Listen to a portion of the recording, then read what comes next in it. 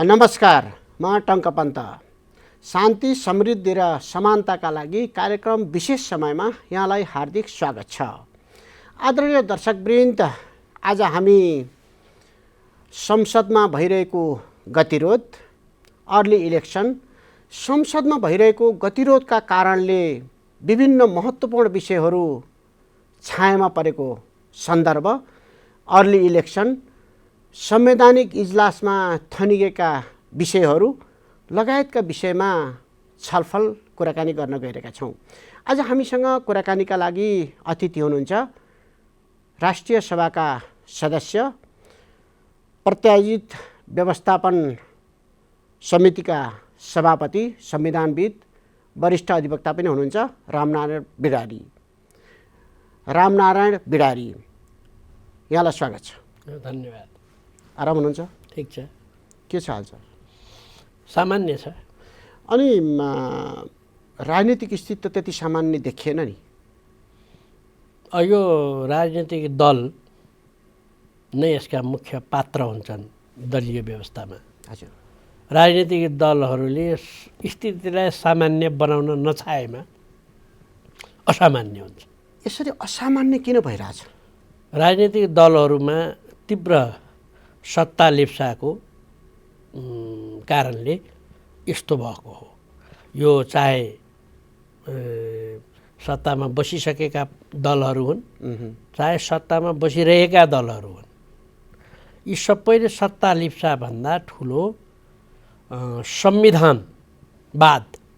संविधानवाद, supremacy of constitution, संवैधानिक सर्वोच्चता हामीले अँगालेको व्यवस्था त्यही हो। हाम्रो यहाँ सुप्रिमेसी अफ पार्लियामेन्ट होइन, हाम्रो यहाँ सर्वोच्च कार्यपालिका होइन, राष्ट्रपतीय पद्धति होइन। त्यस कारणले हाम्रो चाहिँ यो सर्वोच्च संवैधानिक सर्वोच्चता, सर्वोच्च भनेको संविधान हो। त्यो अदालतको नाम सर्वोच्च छ, त्यो नेपालको सर्वोच्च होइन, त्यो अदालतको सर्वोच्च भने। त्यो नेपालको सर्वोच्च नभइकन अदालतको सर्वोच्च भयो। सत्ता लिप्सा अहिले सत्तामा भएकामा पनि देखियो, पहिलेकोमा पनि देखियो। राजनीतिक दलहरूमा सत्ता लिप्सा एक खालको सत्तामा जान पाऊँ, सत्तामा गएर केही काम गरौँ भन्ने त हुने नै भयो। तर त्यो एउटा पाटो भयो। तर अर्को, अहिले नयाँ सरकार बनिसकेपछि संसद 2 पटक विघटन भयो, संविधान त त्यो असंवैधानिक ठहर भयो। त्यसपछि सरकार बन्यो। सरकार बनेपछि त्यो सरकार संसदमा गएर राम्रोसँग फेस गर्न पनि पाएन। संसद सधैँ अवरोध छ। तपाईँ एउटा संविधानविद पनि हुनुहुन्छ। अहिलेको संविधान बनाउनमा महत्त्वपूर्ण भूमिका यहाँको थियो। त्यो हिसाबले हेर्दाखेरि अहिलेको यो संसदको गतिरोधलाई चाहिँ कसरी हेरिरहनु भएको छ? संविधान बनाउँदाखेरि अहिलेका राजनीतिक दल पनि थिए, यिनै हुन् दल। यसमा 10-8वटा दल, साना दलहरू थपिएका थिए। नत्र मुख्य पात्र भनेका यही दल हो। संविधान बनाउँदा एक थरी सहमति गरेर बनाइयो। संविधान जारी भइसकेपछि त्यो संविधानको विरुद्धमा काम गर्न दलले नै थाल्यो। विडम्बना भनौँ के भनौँ, सबभन्दा ठुलो दल एमाले, जनताले उसलाई त्यो पटक भोट दिए। त्यो ठुलो दलले न्यु खोजेपछि सबै ठाउँ बिग्रिन्छ र भत्किन्छ। ठुलो दलकै कारणले सरकार बन्यो। सरकार बनेकै कारणले संविधान भत्कियो। किन संविधान भत्किएको भनेको 2 पटकसम्म चाहिँ नि प्रतिनिधि सभा विघटन तपाईँले भन्नुभयो नि, विघटन गर्नु भनेको संविधान भत्काउनु हो। किनकि यो संविधानले प्रधानमन्त्रीलाई त्यस्तो अधिकार प्रदान गरेको छैन, प्रतिनिधि सभा विघटन गर्ने अधिकार प्रदान गरेको छैन। एक्सेप्सनल केसमा कुनै न कुनै एउटा बिन्दुमा, साह्रै रियर अवस्थामा, साह्रै चाहिँ नि के अरे अप्ठ्यारो अवस्थामा अथवा संविधानले संसद विघटन गर्ने अधिकार दिएको थिएन, सर्वोच्चले पनि त्यसलाई असंवैधानिक ठहर गर्यो। त्यो पनि एउटा पाटो। त्यस कारणले यो चाहिँ नि संविधानलाई भत्काउने काम गर्यो भने त्यहाँबाट सुरु भयो। जब एक ठाउँमा पहिरो जान्छ अनि त्यो पहिरो बढ्दै जान्छ, त्यसलाई रोकथाम गर्न सकिएन भने रोकथाम गर्नको निम्ति सर्वोच्च अदालतले ठुलो औषधि गर्यो। त्यो औषधि बमोजिम सरकार बन्यो। तैपनि त्यो चाहिँ नि पहिरो रोकिएको छैन। अनि किन रोकिएन त पहिरो? सबभन्दा ठुलो दलको कारणले। सबभन्दा ठुलो दलले त्यो पहिरो गइरहोस् नै भन्ठान्छ। किन? कहिले खनिदिन्छ आफैले। उसलाई के थियो भने यो प्रतिनिधि सभा देखिन सक्नुभयो। किन हो? यो प्रतिनिधि सभा आफू ठुलो दल छ। यो प्रतिनिधि सभामा उसलाई पक्कै पनि मेरो अन्दाज यो चाहिँ, हजुर, मेरो अन्दाज चाहिँ के हो भने यो विश्वमा नै, यो पृथ्वीभरमै पार्लियामेन्ट्री सिस्टम या संसदीय प्रणालीमा सबैभन्दा धेरै ठुलो सङ्ख्यामा सदस्य भएको, कम्युनिस्ट पार्टीको सदस्य भएको नेपाल। कम्युनिस्ट मुलुकको कुरा नगरौँ, युगोस्लाभियाको कुरा नगरौँ, उत्तर कोरियाको कुरा नगरौँ, चिनको कुरा नगरौँ, तर पार्लियामेन्ट्री सिस्टम भएको संसारमा जति देश छन् त्यसमा सबभन्दा ठुलो सङ्ख्यामा पार्लियामेन्टमै कब्जा गर्ने अथवा पार्लियामेन्टमै वर्चस्व कायम गर्ने काम नेपालमै थियो। त्यो देखिन सक्नुभयो केपी शर्मा ओलीजीलाई। किन भयो? उहाँले उत्तर दिने विषय हो त्यो। तर पार्टीमा त अरू पनि थिए नि, उहाँलाई देखि नसक्नु हुँदा पनि अरू पार्टी, त्यो पार्टीमा अरू नेताहरू पनि थिए।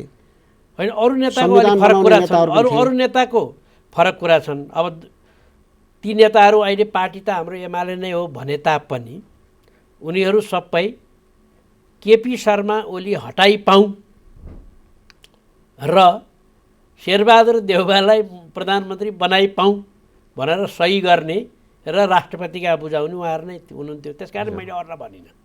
सर्वोच्च अदालतमा परमादेश जारी गरी शेरबहादुरलाई प्रधानमन्त्री बनाई उत्प्रेषणको आदेश जारी गरी प्रतिनिधि सभा विघटन गरेको कुरा शुद्ध चाहिँ बदर गरी पाऊँ अथवा राष्ट्रपतिले गरेको निर्णय बदर गरी पाऊँ भनेर जानी एमाले भित्रकै अरू नेता भए हुनाले मैले अरू नेताको कुरा नगरेँ।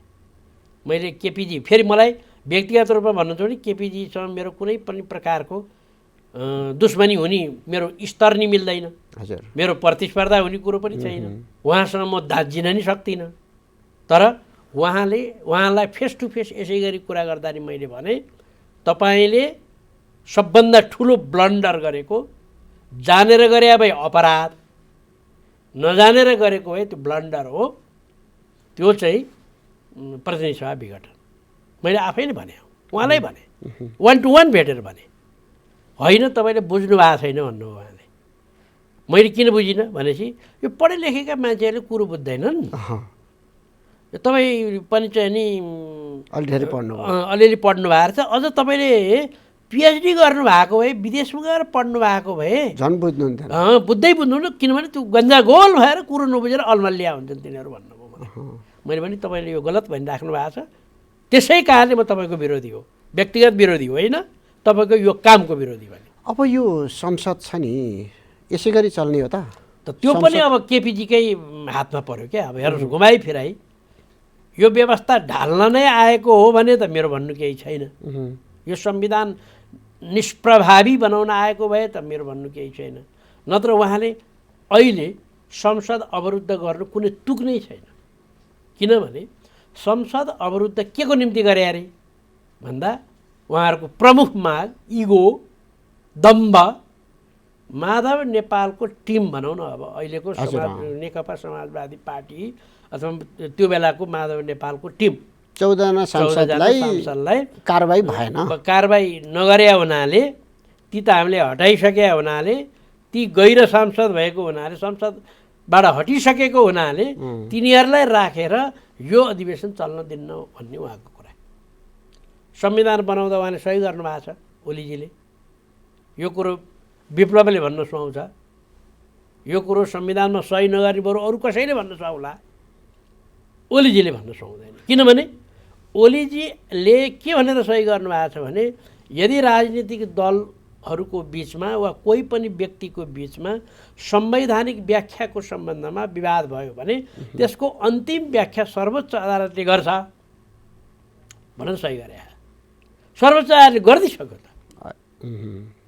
अब फेरि गरेर नि अर्को राजनीतिक दल सम्बन्धी ऐन बनाउँदा राजनीतिक दल सम्बन्धी कुनै पनि निर्णय गर्नु पर्यो भने निर्वाचन आयोगले गर्छ। निर्वाचन आयोगले गरेको निर्णय अन्तिम हुनेछ। केपी ओली भनेर सही गरे त्यो संविधान। अनि त्यो सबै कुरो थाहा छ त उहाँलाई पनि थाहा नभएको त होइन होला। त्यसै भएर त उहाँले अब भाषा प्रयोग गर्न गाह्रो गाह्रो मूर्खै गरे हो कि बेइमानी गरे हो कि लहर चले हो कि ईर्षा गरे हो कि के गरे हो त्यो उहाँलाई तपाईँले अब जनता श्रोता आफैले कुन शब्द भिडाइदिने टाँदिने त्यही गरे हुन्छ। तर उहाँले बेठिक गरे हो।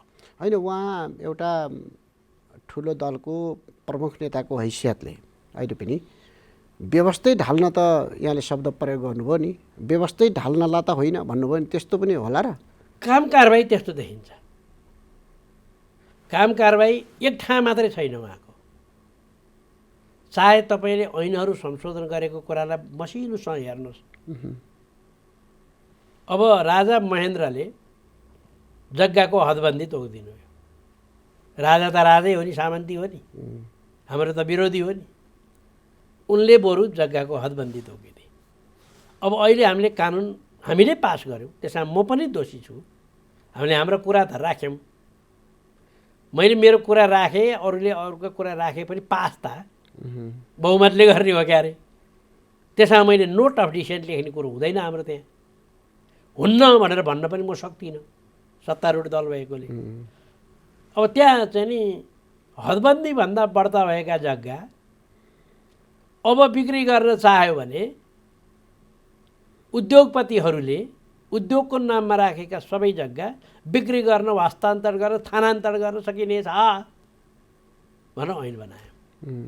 हिजो भए त्यो जग्गा जफ्त हुन्थ्यो। अब अहिले पैसा खनखन गरेर बेच्न पाइने।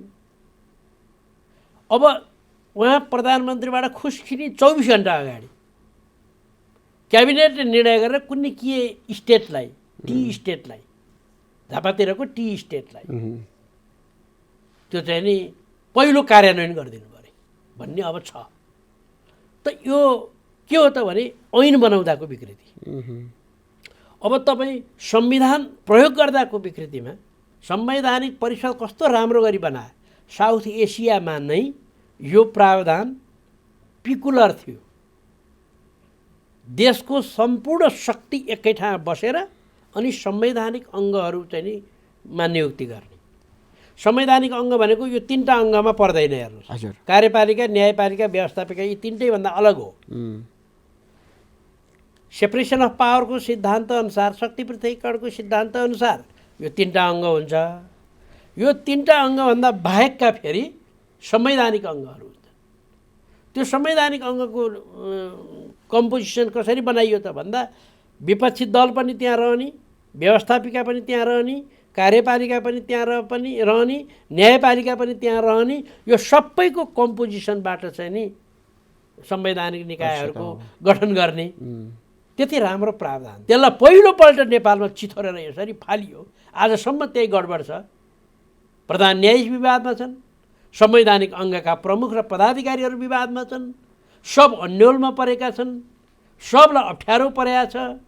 म वैधानिक हो कि अवैधानिक हो कि, अदालतमा मुद्दा परेको छ, मुद्दाको पेशी चढ्छ, सुनवाई हुँदैन, वकिल र चाहिँ बार र बेन्चको बिचमा घम्सा घम्सी छ, न्यायाधीश बिचमा भित्रभित्रै मारामार छ। यो सारा गन्जागोल कसले गरायो? यो त स्मुथली चलिसकेको थियो नि देश। संविधान सभाले बनाएको संविधान अनुसार अब देश राम्रोसँग चल्छ भनेर न हामीले सोच्यौँ। तर यस्तो गडबड गरिदिनु भयो। अब तपाईँ चाहिँ नि संहिताको कुरा गर्नुहुन्छ भने उहाँ राष्ट्रिय सभामा आउनुहुन्छ प्रधानमन्त्रीको हैसियतले, र प्रदेश सभाहरू चाहिँ जति छन् ती प्रदेशहरू चाहिँ सङ्घीय सभाको या सङ्घीय सरकारको मातहतका हुन् भनिदिनु। यो ठ्याक्कै चाहिँ उहाँको भाषै केपीओलीले भनिदिनु। यस्तो प्रकारले सबै ठाउँमा अब धर्मनिरपेक्षताको कुरा थियो। उहाँ सार्वजनिक पदमा हुनुहुन्थ्यो। 70 वर्षसम्म उहाँले त्यो पशुपतिमा गएर पूजा गर्नु भएन। 70 वर्षको उमेर पुग्न लागेपछि धर्मनिरपेक्षलाई दनक दिनु पर्यो भन्ने सोचेर त्यहाँ अनाहक रूपमा व्यापक भ्रष्टाचार हुन पर्ने गरी सुनको जलारी हाल्नु। यसो चाहिँ अलि उमेर पेपछि त धर्म कर्म गर्न पनि मन लाग्छ नि, होइन? त्यस्तोबाट हो जस्तो लाग्दैन मलाई। लाग्दैन? उहाँले अहिले पनि पूजापाठ गरेर बस्नुहुन्छ जस्तो मलाई लाग्दैन। खालि त्यो दनक संविधानको त्यो प्रावधानलाई दनक, संविधानै माथि प्रहार हो। सबै चिज यसो हेरौँ। त्यस कारण यसो नगर्नु भयो हुन्थ्यो। उहाँलाई कति सजिलो थियो। हामी जस्ता मान्छे उहाँको पक्षमा वकालत गरिराखेका थियौँ। संसदमा अत्यधिक बहुमतमा हुनुहुन्थ्यो। जम्मा 2-4 जना नेताहरूसँग कुरो चाहिँ नि सहमति गरेर राज्य सञ्चालन गरेर 5 वर्ष टिकाइदिएको भए हाई भएर मैले भन्ने गरेका थिएँ, तपाईँहरू जस्तै स्टुडियोमा आएर 25 वर्षलाई अब कम्युनिस्ट पार्टीले शासन लियो भनेर आजभन्दा 3 वर्ष अगाडि मैले भने। तपाईँहरूले पनि भन्नुभयो, मिडियामा पनि आयो।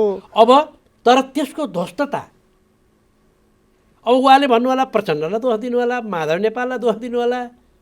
प्रमुख मान्छे उहाँ नि, प्रधानमन्त्री उहाँ, पार्टीको अध्यक्ष उहाँ, 1 नम्बरको अध्यक्ष म भन्नु त 1 नम्बरको अध्यक्ष उहाँ भनेपछि सबै चिज उहाँ भएपछि दोष उहाँको हुन्छ कि अरूको हुन्छ? तपाईँ एउटा राजनीतिक विश्लेषक पनि हुनुहुन्छ, संविधानविद हुनुहुन्छ। त्यो हिसाबले हेर्दाखेरि यो घटनाक्रमहरू यसरी विकास हुनुको कारण चाहिँ के होला? कारण चाहिँ अब मैले लागेको आरोप फेरि अलिकति कडा हुन सक्ला। त्यसमा म श्रोताहरूलाई के भन्न चाहन्छु तपाईँ मार्फत भने, हजुर, आफूहरूले मलाई पनि एनालाइसिस गर्नुहोस्, विश्लेषण गर्नुहोस्। यो संविधान मन नपराउने संसारमा कम्युनिस्ट विरोधीहरू, अहिलेको सरकार बनेको कुरा, यो संसद बनेको कुरा मन नपराउनेहरू, संसारका कम्युनिस्ट विरोधीहरू, यो संविधान मन नपराउने हाम्रो छिमेकी भारतले जारी गर्नै रोक्न लागेन, हर प्रयास गरेका थियो, होइन? यी छिमेकीहरू यी सबैले चाहिँ नि यो फेल खुवाउनलाई के गर्न सकिएला भनेर सोचिरहेका थिए। हजुर, त्यो सोचिरहेकै क्रममा उनीहरूले पहिलो प्रयास गर्न कोसिस गरे ज्ञानेन्द्र महाराजलाई। ज्ञानेन्द्र महाराजबाट यो तर लाग्ने भएन, नसक्ने भए। त्यसपछि दोस्रो चाहिँ नि प्रयास हुन थाल्यो कङ्ग्रेसलाई। त्यहाँबाट पनि शेरबहादुरजीबाट पनि यो काम लाग्ने भएन। पछि प्रयास भयो होला अन्दाज मेरो प्रचण्डजीलाई, उहाँबाट पनि यो चाहिँ तार्न लाग्ने भएन, यो फेल खुवाउनलाई, यो संवैधानिक व्यवस्था, यो परिवर्तन। अब के गर्ने भनेर एउटा उपयुक्त पात्र खोजिरहेको थियो। उपयुक्त पात्र पूर्व कमरेड केपी ओली प्राप्त भयो। उहाँसँग पहिला पनि राम्रै थियो, बिचमा अलि गडबड गरे हो कि जस्तो नाटक रहेछ, त्यो गडबड खास होइन। पूर्व कमरेड भनेको अहिले कमरेड पनि हुनुहुन्न उहाँ? अब कमरेड भन्नुहुन्न भने अष्टलक्ष्मी साक्यले भनेको, मैले भने होइन, उहाँकै मुख्यमन्त्रीले भने केपी ओलीलाई कमरेड भन्नुहुन्न नि, कमरेड भन्नु होला नि फेरि, उहाँ कमरेड होइन नि भनेपछि अब मैले कसरी भन्नु? त्यही भएर पूर्व कमरेड भन्नु हजुरले। त्यसो भए हुनाले मेरो चाहिँ विचारमा उहाँ एउटा उपयुक्त पात्र फेला पर्यो। अब उपयुक्त पात्रलाई प्रयोग गर्ने तरिका हुन्छ हेर्नु संसारमा। यो अहिलेको लेटेस्ट जासुसी चाहिँ नि विकास क्रममा लेटेस्ट मोडल हो। जुन पार्टी हो, जुन देश हो, त्यही देशको प्रमुख मान्छेहरूलाई नै अथवा उस प्रमुख मान्छेको वरिपरिमा नै त्यस्तो प्रकारको संयन्त्र फिट गरिदिने। त्यो फिट गर्नलाई त अलिकति पत्याउनु पऱ्यो, फेरि मान्छेले पत्याउनु पऱ्यो नि। केपीजीलाई यो नाकाबन्दीभन्दा अगाडि मान्छेहरूले के भन्थे? भारतप्रस्थ मान्छे भन्थे, किनभने महाकाली सन्धि। हेर्नुहोस् त अहिले महाकालीमा जे वितण्डा भएको छ, ढोका नखुलेर त्यहाँको पानीले बगाइराखेको छ नेपालको भूमि। त्यहाँ चाहिँ नि अस्ति भर्खर चाहिँ नि एउटा चाहिँ युवक तुइन काटिएर बेपत्ता भएका छन्। किन बेपत्ता भए? सुगौली सन्धि हेऱ्यो भने महाकाली नदी हाम्रो पुरा हाम्रो थियो, महाकालीभन्दा पारी मात्रै भारत थियो। महाकाली सन्धि ओलीजीले गरिदिएर के गरिदिनु भयो भने नारा लाउन लाग्नुभयो। सायद टङ्कजीले लाउनु भयो कि नारा, त्यो बेला थाहा छैन मलाई, मैले आरोप लगाएँ तपाईँलाई, मलाई थाहा छैन। भने युवा भनेर त्यो बेलाको युवाले के भनेर नारा लगायो भने महाकाली सन्धि साझा हो, पानी आधा आधा हो, अनि भारत हानि भएन। सुगौली सन्धि अनुसार अहिलेको नेपाल कायम, हालको नेपाल सुगौली सन्धि अनुसार कायम। सुगौली सन्धिले महाकाली नदी नेपालको त्योभन्दा पारी भारत हजुर भनेकोमा अब सुगौली सन्धि गरेर के गरिदिनु भने पानी पनि आधा आधा गर्ने भइयो, नदी पनि साझा भयो। त त्यस कारणले ओलीजीलाई त के ठान्थे मान्छेले, उहाँ भारतीय मान्छे हो। अब भारतीय मान्छेले भनेको कुरा कसरी पत्याउने भनेर मान्छेले नपत्याउला भनेर 2 वर्षसम्म एउटा गजबको डिजाइन बनाए।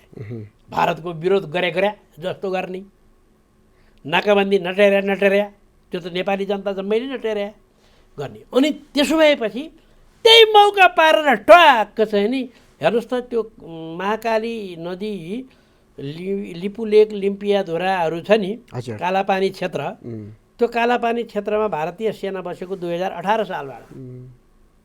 आजसम्म त्यो भूभागमा उसले कब्जा गरे भए पनि हटाउने हिम्मत त कसरी गरे रहन्छ, हटाएन। ओलीजीको पार्टी पनि पटक पटक सरकार बन्यो, हटाउन सकेन नि। तर एउटा काम भारतले गर्न सकेका थिएन। त्यो के थियो भने त्यो भुइँलाई, त्यो माटोलाई, त्यो जग्गालाई भारतको नक्सामा हाल्न सकेका थिएन आजसम्म। ओलीजी प्रधानमन्त्री भएर 2 वर्ष भएपछि टकटुक्क कुरो मिलाएछन् क्या र, ट्याक्क भारतको नक्सामा हालिदियो। त्यो हाम्रो भाग त, हाम्रो जमिन। अनि ओलीजीलाई अनि जनताले विरोध गरे।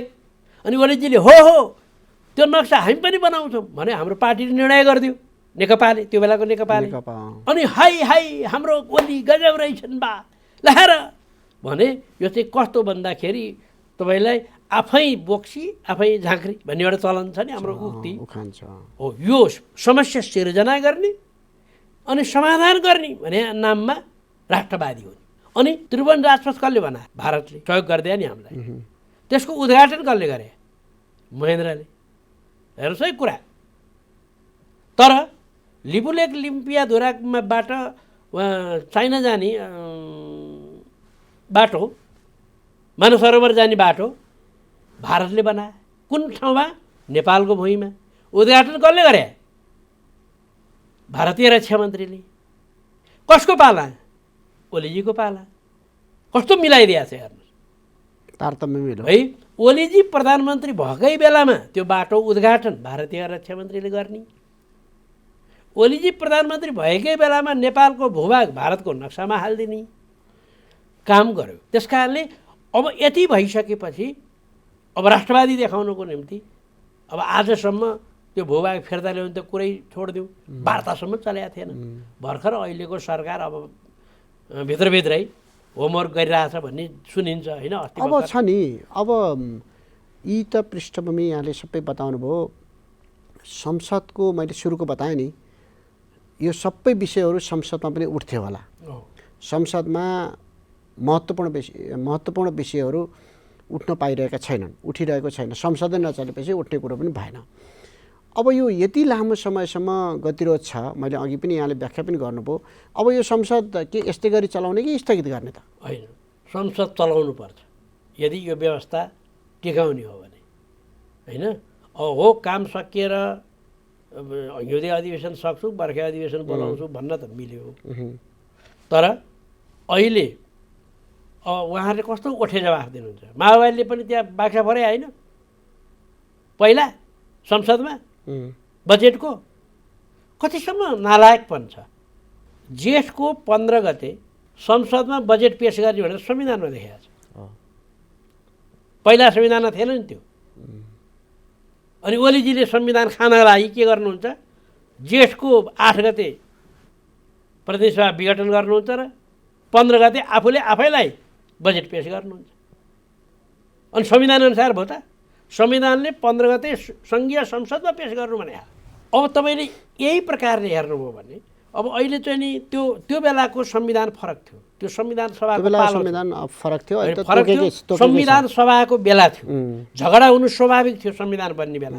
म एक थोक भन्छु, तपाईँ अर्को थोक भन्नुहुन्छ, अर्को थोक भन्छ। अहिले त सबै मिलेर बनाएको संविधान छ नि। यो संविधानमा जे लेखेको छ त्यही गरे भइगयो नि।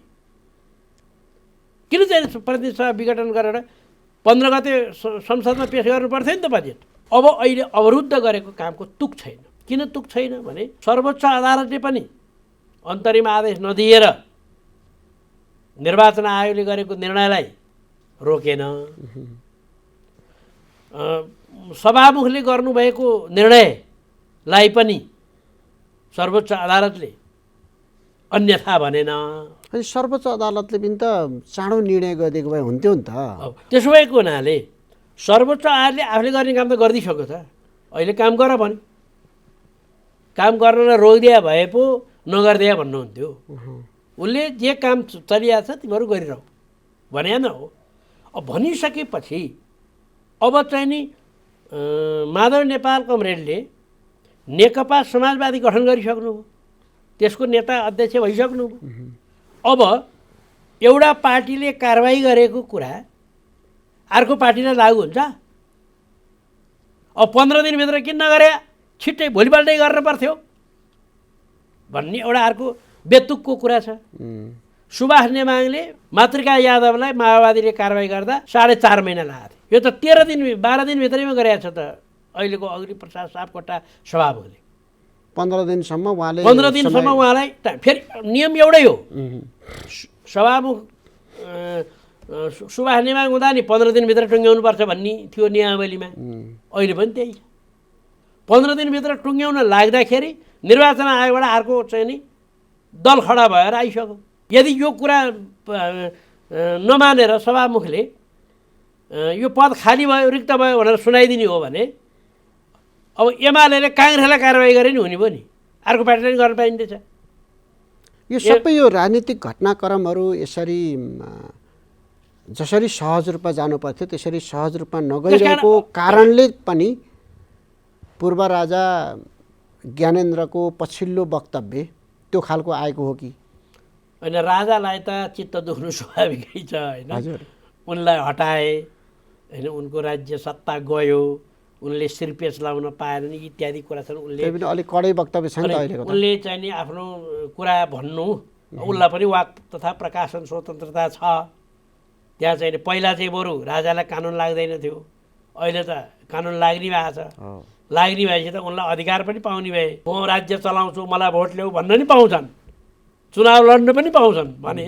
अब भने के गर्नु हेर्नुहोस्, हो बिगारेको जम्मै चाहिँ। अब तपाईँले यसो हेर्नुहोस् न, मुद्दा पर्यो सबैतिरबाट हेर्नुहोस् न। त्यो केपीजीलाई मैले ईर्षा गरे होइन नि, उहाँको तर्फबाट मुद्दा बहस गर्न को गए अदालत? देशका खोनाहारका खोखार मण्डलीहरू, राजाका चाहिँ नि एकदम मतियारहरू, राजाका महान्यायाधिवक्ताहरू गए होइन? किन ती मान्छेहरू मरिमटेर के भन्छन् भने हिजो राजामा भएको अधिकार अहिले केपी शर्मा ओलीमा छ भन्छन् फेरि भाषण गर्दा। अनि कमल थापा टक्क बुर्लुक्क उफ्रेर भन्छन् सबभन्दा राम्रो नेता र ठिक काम चाहिँ नि केपीले गरेको छ भन्छन्। यो सबै कुरा मैले व्याख्या गर्नु पर्दैन, एउटा मान्छेले चिन्तन गरेर बस्ने हो भने यस्तो भयो। यही कुराको भित्र गढेर अहिले पनि एमालेभित्र लफडै लफडा भएको कारण यही हो। उहाँहरू जानुभयो, एकै ठाउँमा बस्नु भएको छ, ठुलो पार्टी हो भन्नुभएको छ होइन, तर त्यहाँ पनि किसिम किसिमका चाहिँ विचारधाराका मान्छे छन् नि। त्यसो भएको हुनाले संसद अवरोध गर्नु एमालेको नालायकीपन हो। अब के गर्ने? अब संसदमा यसै उहाँहरूले गरिरहनु भयो भने अब प्रक्रिया त्यही हो, उनीहरू नारा लगाइरहने, हामीले काम गरिरहने। कहिलेसम्म? अब बाँकी अवधि छ नि 5 वर्ष पुग्न, त्यो अवधिसम्म। अर्ले इलेक्सन हुँदैन। अर्ले इलेक्सन भनेको त्यो बेइमानी कुरा हो। किन गर्ने अर्ली इलेक्सन? के कारणले गर्ने? सरकार बन्न सकेको छैन? छ। सरकारले काम गरेको छैन? गरेको छ। संसद छैन? छ। संसद भङ्ग गर्नु हुँदैन। कसले भने? मैले हो र सर्वोच्च आयोगले भने। अनि किन उठियो छ त अहिले अर्ली इलेक्सनको कुरा? अस्थिरता कायम गर्ने, विगतमा चुनाव हारेका। अब हेर्नुहोस्, नेपाली काङ्ग्रेसभित्र पनि धेरै जसो मान्छे अर्ली इलेक्सनको कुरा कसले गरेको छ तपाईँ नाम टिप्नुहोस् न।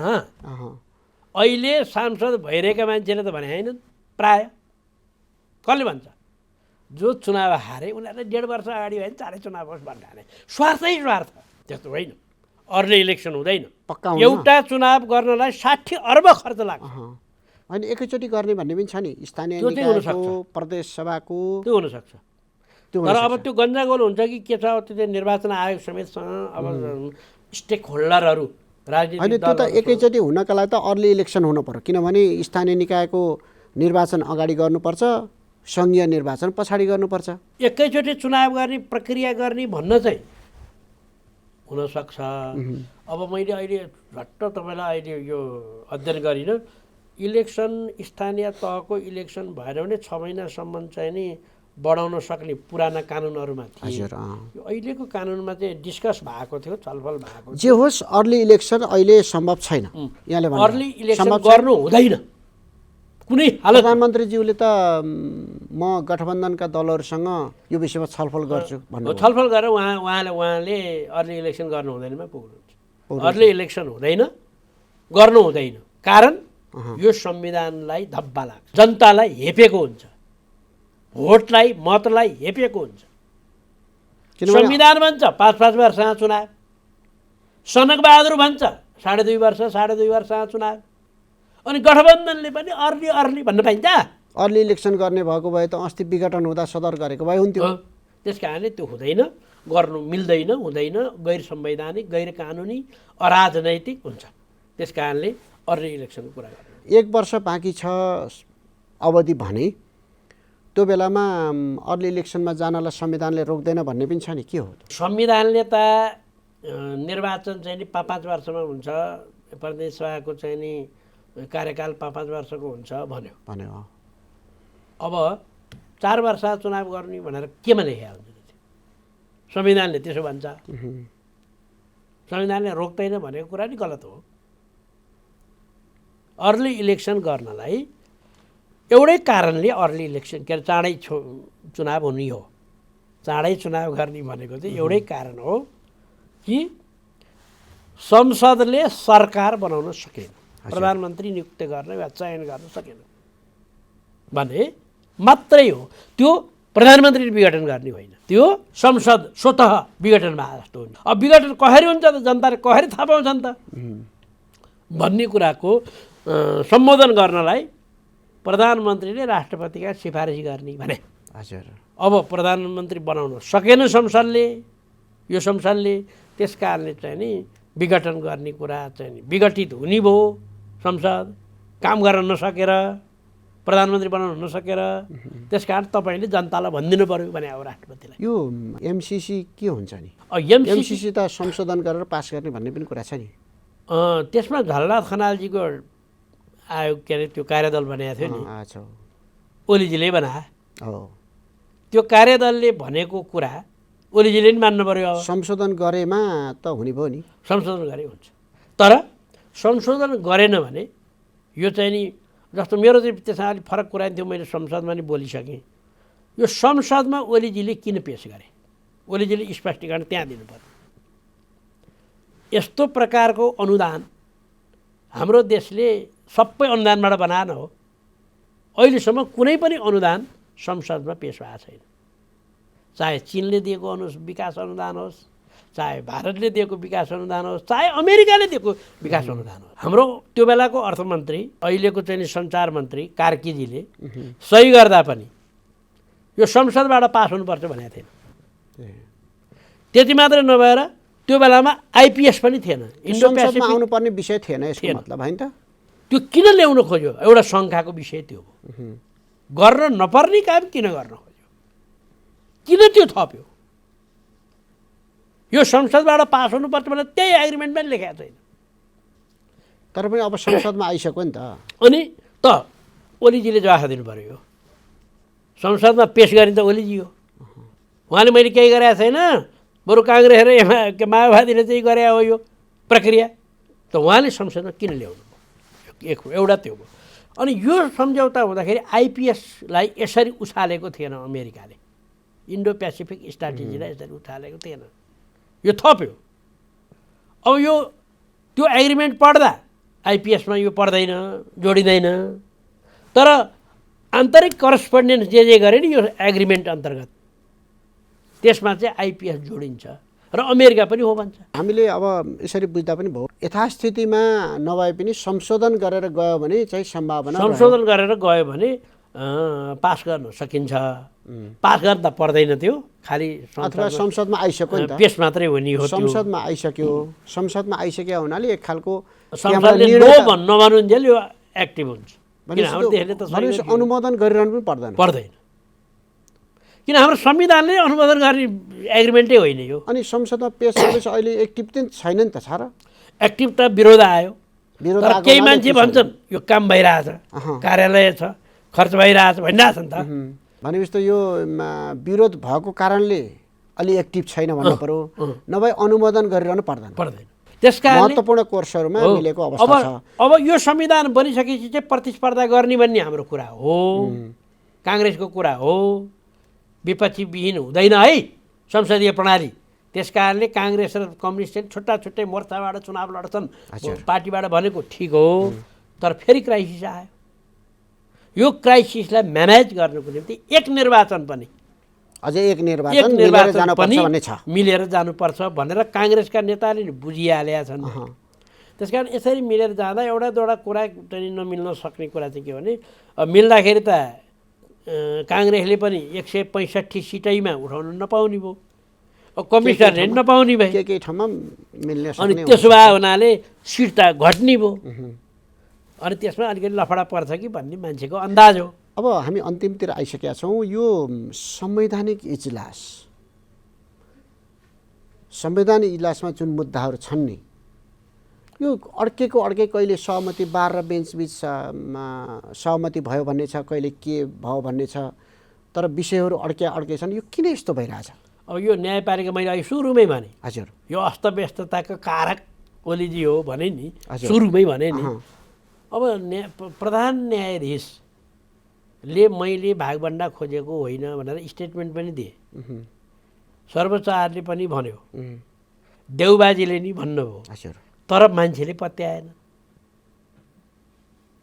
अब अर्को भागभण्डा छ यो भागभण्डा त त्यसरी टुङ्गियो अब मन्त्री पनि राजीनामा दिई सिद्धियो।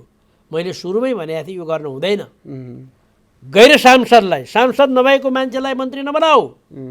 यत्र योग्य सांसदहरू छन् 101 मन्त्री बन्न लायकका सांसद छन् हामी जस्ता मान्छे संसदमा छौँ के कारणले बाहिरबाट ल्याउने संविधानले मुद्दा बहस गर्दै भनेर ल्याउने भनेर हल्ला गर्छन् कहिले संविधानले दिएको छ नि त 6 महिनासम्मलाई त संविधानले दिएको त एक्सेप्सनल केस चाहिँ नि प्रयोग गर्नुपर्ने के कारण पर्यो अति जरुरी भएमा के कारण आवश्यक भएमा मात्रै त्यो कारण देखाउनु पर्यो नि। कहिले मुद्दा बहस गर्दै हुनाले वकिललाई दिने भन्छन् कहिले होइन या चाहिँ नि प्रधान न्यायाधीशले चाहिँ मुद्दा जिताइदिए हुनाले प्रधान न्यायाधीशले जिताएकै होइन हुन त पुत्ला प्रधान न्यायाधीशको जल्यो मान्छेले प्रधान न्यायाधीशलाई दोष लाउने कुरा स्वाभाविक हो उहाँ नै प्रमुख हो तर न्यायालयमा प्रधान न्यायाधीशको हैसियत र न्यायाधीशको हैसियत बराबर हुन्छ। अस्ति देख्नु भएन एउटा कान्छो न्यायाधीशले संवैधानिक इजलासले गरिरहेको काम त रोकिदियो भनेपछि इजलासमा सबै न्यायाधीश बराबर हुन्छ। अब 5 जना मध्ये 4 जना यहीतिर लाग्यो भने त्यो प्रधान न्यायाधीश के गर्ने के गर्न सकिन्छ? त्यस कारणले यो प्रधान न्यायाधीशको मात्र कुरा होइन यो 5 जनाको बराबर हिस्सा हुन्छ बराबर अधिकार हुन्छ बराबर चाहिँ नि के अरे उनीहरूले न्याय सम्पादन गर्ने काममा भाग लिन्छन् र बहुमतको निर्णय कायम हुन्छ। अनि बैठक किन बसिरहेको छैन त? अब त्यो इजलास किन बसिरहेको छैन? होइन जस्तो इजलास नबसेको प्रधान न्यायाधीश हो त्यो मुद्दाको पेशी तोक्ने र इजलासमा पेशी चढाउने काम चाहिँ प्रधान न्यायाधीश हो। त्यो प्रधान न्यायाधीशले मेरो होइन भन्न पाउनुहुन्न उहाँ रजिस्ट्रारको भनिदिनुहुन्छ र होइन प्रधान न्यायाधीशले नै देशको समग्र न्याय प्रशासन चलाउँछन्। समग्र न्याय प्रशासन चलाउने प्रधान न्यायाधीश भएको हुनाले उहाँले किन गर्नु भएन त भन्दा अब उहाँले त्यो संवैधानिक परिषद अघि मैले भने नि हजुर त्यहाँ गएर त्यो गैर असंवैधानिक अध्यादेश अनुसार भाग लिएर अब उहाँलाई दोष लागेको छ। के दोष लागेको छ भने उहाँले पनि मान्छेहरू आफ्नो चाहिने मान्छे को त्यहाँ राख्नु भएको छ भन्ने छ। त्यस कारणले उहाँले त्यसबाट पखाल लिनको निम्ति म प्रधान न्यायाधीशसँग आग्रह गर्न चाहन्छु उहाँ त्योबाट पखाल लिनु पर्यो शुद्ध हुनु पर्यो पारदर्शी हुनु पर्यो।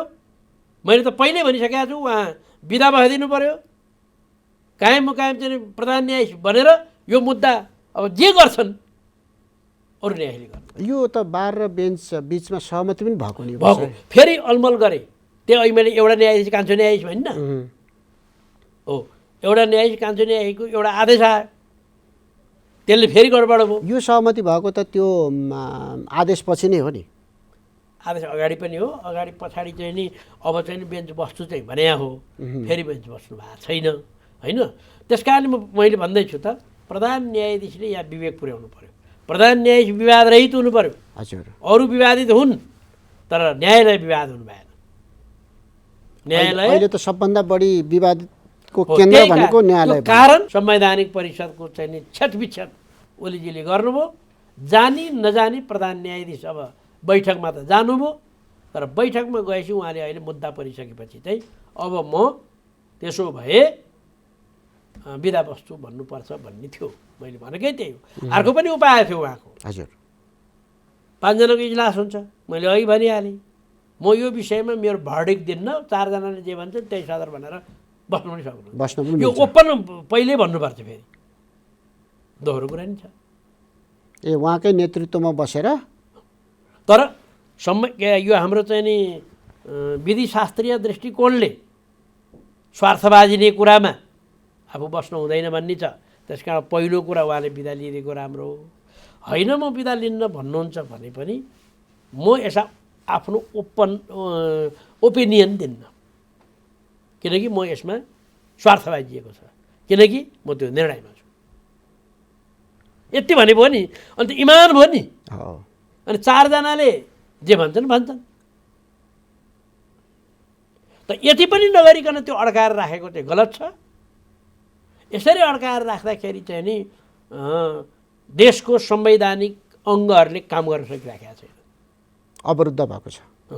उहाँहरूलाई मानसिक तनाव छ। मैले तपाईँलाई यति पनि भनिदिउँ, कयौँ मान्छे राम्रा मान्छे पनि छन् नियुक्तिमा परेका, राम्रा मान्छे पनि, तर नियुक्ति गर्ने प्रक्रियाको विरोध गर्यो। नियुक्ति गर्ने प्रक्रिया बेठिक भएको हुनाले ती राम्रा मान्छे फेरि नियुक्तिमा पर्न सक्छन्। अब के अरे हुने संवैधानिक परिषद छ नि, त्यो बैठकले फेरि तिनीहरूलाई गर्न पनि सक्छ। त्यसो भयो भने यो त अवैध ठहरिएर शून्यमा घोषित हुन्छ नि। जस्तो लोकमानजीको मुद्दामा, लोकमान सिंह कार्कीको मुद्दामा लोकमानजीको नियुक्ति सुरुदेखि शून्य हुन्छ भन्यो नि, तर लोकमानजीले गरेका कामहरू त बदर भएन त। त्यो जुरिस्प्रुडेन्स यस्तो भइसकेको गरिसकेको काम बदर हुँदैन। त्यसो भयो हुनाले सजिलो भयो। त्यस कारण प्रधान न्यायाधीशलाई हामी सबैको आग्रह छ, प्रधान न्यायाधीशले इतिहासमा नाम लेखाउनु पर्यो। उहाँको पुतला जलेको छ, उहाँको विरोध भएको छ, उहाँले भागभण्डामा हिस्सेदार भयो भन्ने आरोप छ। त्यस्तो खपेर उहाँ किन बस्ने? जे गर्छौ गर, निकास देऊ भन्नु पर्यो भनेर भन्नुभयो भने उहाँको व्यक्तिगत जीवनलाई पनि राम्रो हुन्छ, न्यायालयलाई पनि राम्रो हुन्छ, र उहाँलाई लगाएको आरोपहरू होइन रहेछन् भनेर मैले प्लेट गर्न थाल्छु। हजुर, त्यस कारणले उहाँले यसो गर्नुपर्छ, यसरी समाधान हुन्छ। कार्यक्रममा विशेष समयमा यहाँले व्यस्तताका बावजुद हामीलाई समय दिएर महत्त्वपूर्ण विचार राखिदिनु भयो, त्यसका लागि यहाँलाई धेरै धेरै धन्यवाद।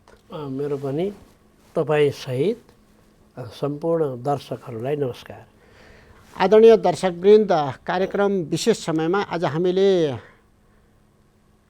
अहिलेको राजनीतिक स्थिति, संसदमा देखिएको गतिरोध, संवैधानिक इजलास बस्न नसकिरहेको अवस्था, अर्ली इलेक्सन लगायतका विषयमा कुराकानी गऱ्यौँ।